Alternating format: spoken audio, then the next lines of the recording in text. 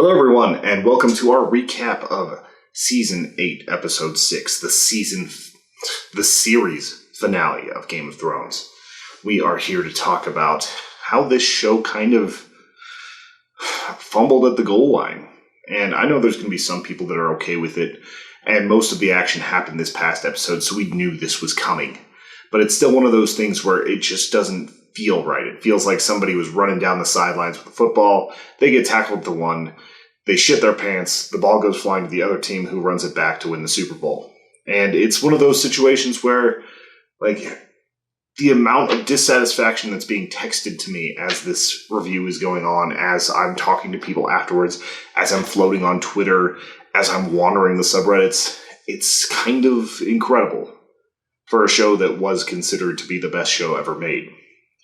And there are some things that I think people are blowing out of proportion, and there are some things that I think are dead on. I would give this entire season basically a 5 out of 10, whenever I gave pretty much everything before season 6 a 10 out of 10. It's one of those types of things where it's dropped off enough, and I'm kind of having a hard time just being honest and open about it. I want to like this. I want to be one of the people that's fully satisfied. And I'm satisfied with some things. Not so much with some others. We're going to start out, I don't know if we're going to follow a direct chronological thing for this like we usually do. There's too many different themes happening here and things that we need to cover to just go scene by scene with this recap, because this is basically the end of an era. And the things that are most important aren't the fact that Tyrion started by walking through the ruins of King's Landing. That all moves forward and that makes sense. And it's one of those things where you're watching him go up there and you know that whatever he says is going to get him deep into trouble. And he's already in deep trouble because she knows about his freeing of Jaime. He was going to be charged with treason no matter what. He throws the hand pin, basically resigns, and knows that his fate is sealed. This is one of the most visually striking things of Season 8, which had a lot of good visuals. I won't be able to give too many criticisms to the visuals of Season 8. This is where the dragon comes up right behind her, spreads its wings. Some people say it's campy. It's a fantasy show. Let some cool stuff happen. They've probably been holding on to it for 3 or 4 seasons, maybe more. Once again, this is directed by D.B. Weiss and Benioff, and they're the reason why this all turned to Clue, because they would rather be working on, Star Wars, because they didn't have the patience to finish what they started and should have been fired and brought in for other showrunners. There's a lot of people who could have finished out these last 2 seasons better, or could have made it into 4 seasons to actually give us a satisfying ending. Although I feel like by the time season 9 rolled around, these actors would be wanting so much per episode that it would be hard to keep them. But anyway, we enter Dany giving her kind of her speech about liberating the rest of the world and doing all this other stuff, and you can tell she's gone mad. She's speaking in Valyrian and Dothraki in these scenes, and she actually is able to put so much force and everything behind these words. Once again, Emilia Clarke's great. She's brilliant. She put in her all for this. And it's all stuff that we kind of knew from the last episode. It's just... We're finishing because we've come this far. Because we've invested almost 80 hours in the show, possibly more. And we're just trying to see where it goes. And it just keeps on going from there. We see Grey Worm executing innocents. We see Jon skulking and brooding in the city, trying to figure out what his move's going to do. And it keeps on building with this. You see Arya looking at Jon. You see so many of these scenes, and we know what's coming. So I'm just going to get to it. There's more between. Tyrion tells Jon that basically, he believed in her up until yesterday, and she basically can't be allowed to live. And Jon keeps saying, no, she's my queen. He said that line about 40 times this season. And whenever he gets into that in there, she actually does get to touch the throne, which surprised me. She did not get to sit in the throne. And, she comes in for that kiss and tries to, woo him one more time. Tries to give him, that last chance, which I think she honestly would have killed Jon if he said no there. And she stabs him, or he stabs her in the heart. And this actually is part of the Azor Ahai prophecy, but I thought that there was going to be a chance that ends up fulfilling it where he'd pull out the blade and it would end up being on fire, or he would be torched by Drogon when Drogon came back. And you would see that he can't be burned because of the Targaryen blood in him, which isn't necessarily like every Targaryen, it's just Dany more than anything else. And I don't know, I did love the screech that Drogon let out. That was very painful. And this is one of those things that's going to be controversial for a while. They've said that dragons are as smart as humans, so Drogon probably knows what's going on, and that's part of why he melts the Iron Throne. But it's also very, very convenient, like, that in his rage he doesn't go after Jon at all. Like, it doesn't seem right, even if he is Targaryen. Like, it's killing his mother, basically, like, or the one that he spent the most time with, and he ends up flying off with her, and here's another one of those hard transitions where all of a sudden they've just taken Jon in. They haven't decided to, like, kill him on the spot or anything like that. So what does it all mean? Jon and Tyrion are in jail. We get a hard cut to a king's moot. A moot is basically where a new ruler is decided. They did this for the Iron Islands a little bit before, but they have their own traditions for selecting the new king of the Iron Islands.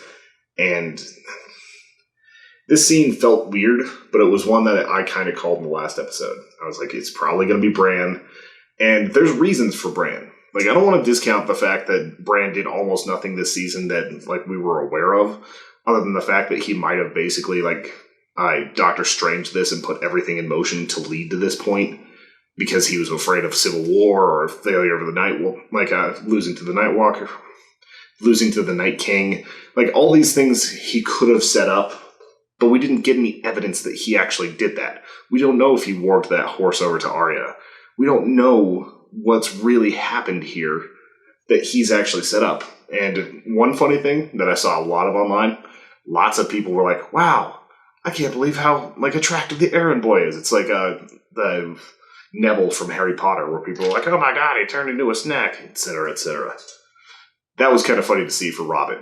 And then we saw one of the only moments of this episode that actually made me smile, which was when I think his name is Edmure. He's the Tully, from the Tully family. He's the uncle of Sansa and various other characters in the show. And basically watching him try to give a pitch for why he should be king. He shot his shot. He got shot down immediately in possibly one of the most embarrassing ways I've ever seen somebody get shot down.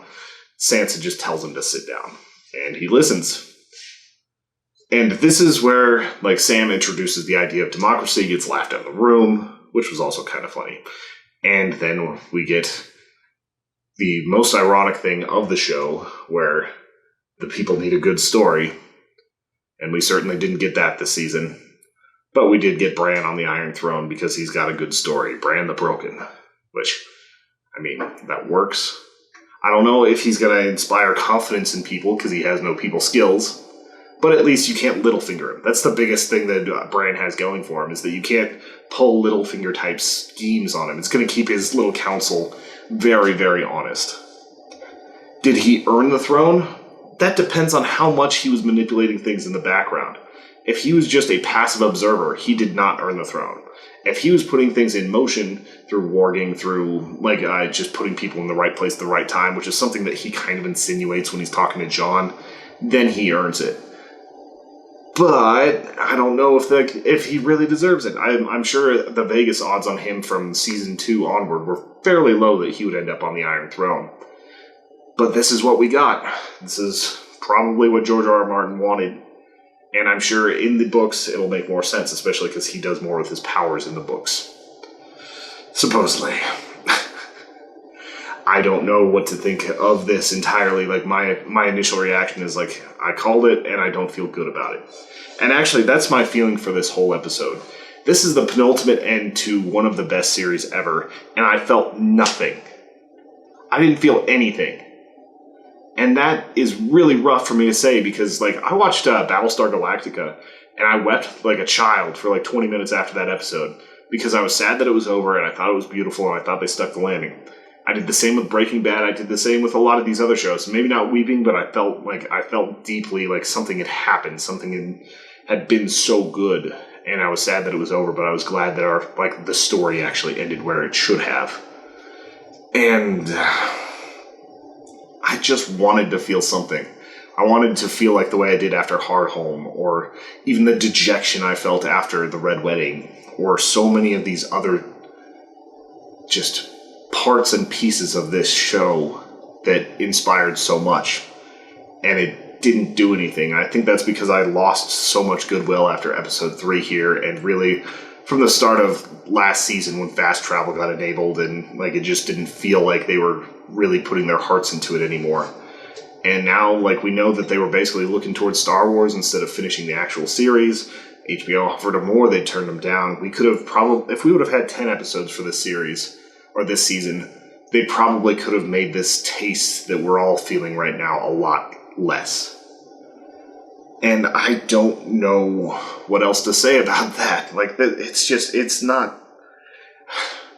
This is a recap, and I'm supposed to be telling you what I think, and it's got me so conflicted that I keep saying that. And I'm sorry. But it is very much a disappointing end to one of the greatest things ever put on screen. And I hope that Bran goes on to do wonderful things. And by the time this episode ended, it felt like it didn't even matter that Daenerys died. It was so weird. Like, just so many things happened, and she fumbled it right at the end, just like the writers did. And it just wasn't right. Like, I don't care if she became the Mad Queen. I care that you didn't set it up. I don't care that Jon doesn't get to be king and has to go back to the north, although I don't think the Night's Watch actually exists anymore. He goes beyond the wall, which is implying that he might be like the new Mance Rayder. He might be the king of the North. And, like, is he going to live with the free folk? Is the Night's Watch still a thing? Tyrion kind of says there's always going to be a place where they need to send bastards. So maybe it'll be a thing, but I don't feel like there's much reason for it, considering the Night's Watch was there to stop the things that the Night King was creating. So it's redundant to have him up there anyway. Like, also the fact that they basically let him, Tyrion, and everybody else go, like the Unsullied just kind of let their prizes go and left for Noth, where they would have no idea if Jon stayed north or anything like that. Like, it just doesn't end right. It doesn't feel like they wrapped up everything in the way they needed to. And I will say I liked Sansa's ending. Sansa was very much like, she is the Queen of the North. I love the dress she had at the end. I like the simple crown. It's very much something that you'd see in the North. And I feel like she actually earned that. Like, she was one of the most consistent characters throughout the entire series. The way she grew as a character was great. Arya's heading out west, which, if you know anything about the lore, nobody really knows what's across the sea that direction. There have been people who have been thought to have come back, but they didn't really have any sort of reliable information that they brought back with them. So we'll see we won't see. We might see someday in a far-off series that Arya ends up finding new things on the far ends of the planet. Who knows? We don't get a real resolution there.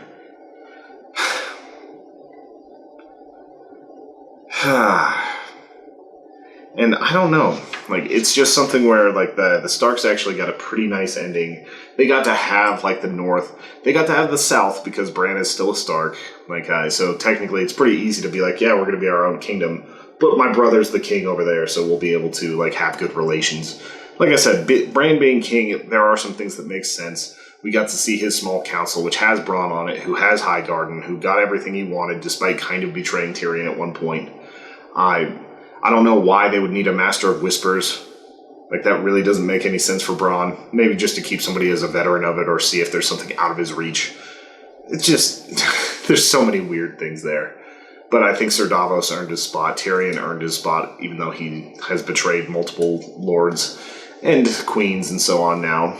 There's just so much that felt rushed about this season. And I'm probably going to make this episode feel like it was rushed, because I'm not going to go on for much more telling you that, yeah, it didn't work.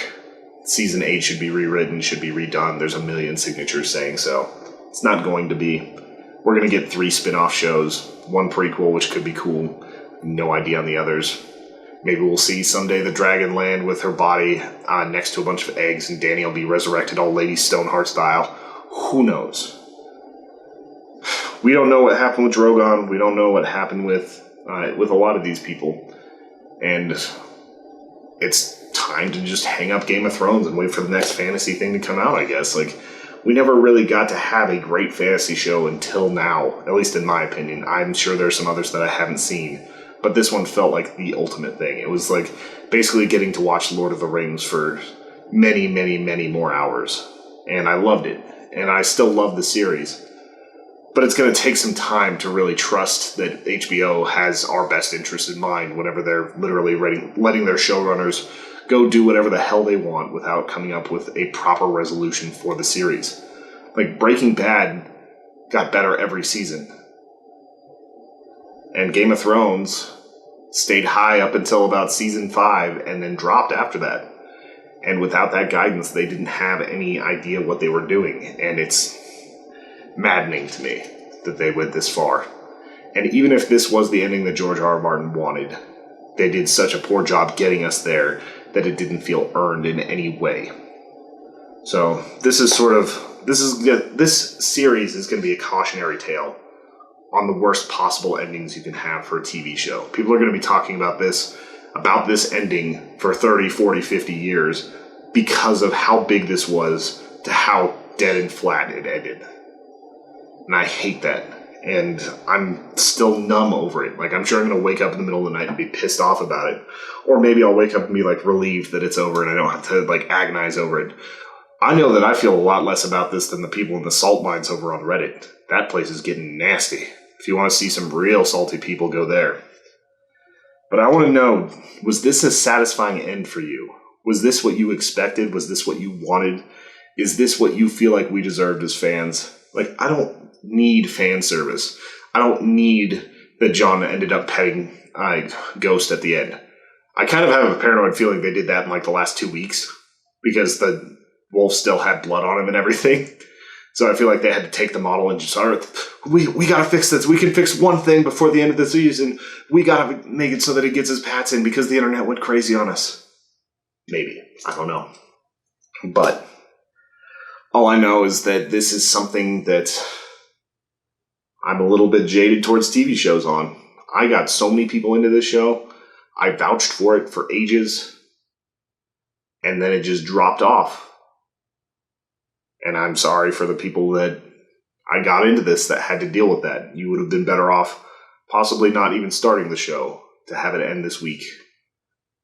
And I hope that's not the case. I hope that it gave us enough joy for those first 5 or 6 seasons. But I think signing off, I'm going to have to just take some time to actually deal with this. I'll put it this way. I put this camera on just so you guys could see my reaction to things. And there was nothing that you could get a reaction for. It would be an hour and 20 minutes of me sitting there like that. And maybe I'm not the most expressive person in the world, but I never felt like anything was a surprise in this episode. I never felt like anything mattered anymore. And that's how beaten down we were. Did you feel this? Put it in the comments. Did you like it? Put it in the comments. Do you think Bran could actually be a good king? Put that in the comments too. Thank you guys so much for watching. Share this with your friends. Also, hit up our Patreon at patreon.com/humanechoes. I hope you have an excellent night, and hopefully what we get from Game of Thrones in the future will be as good as what we had. Good night, everybody.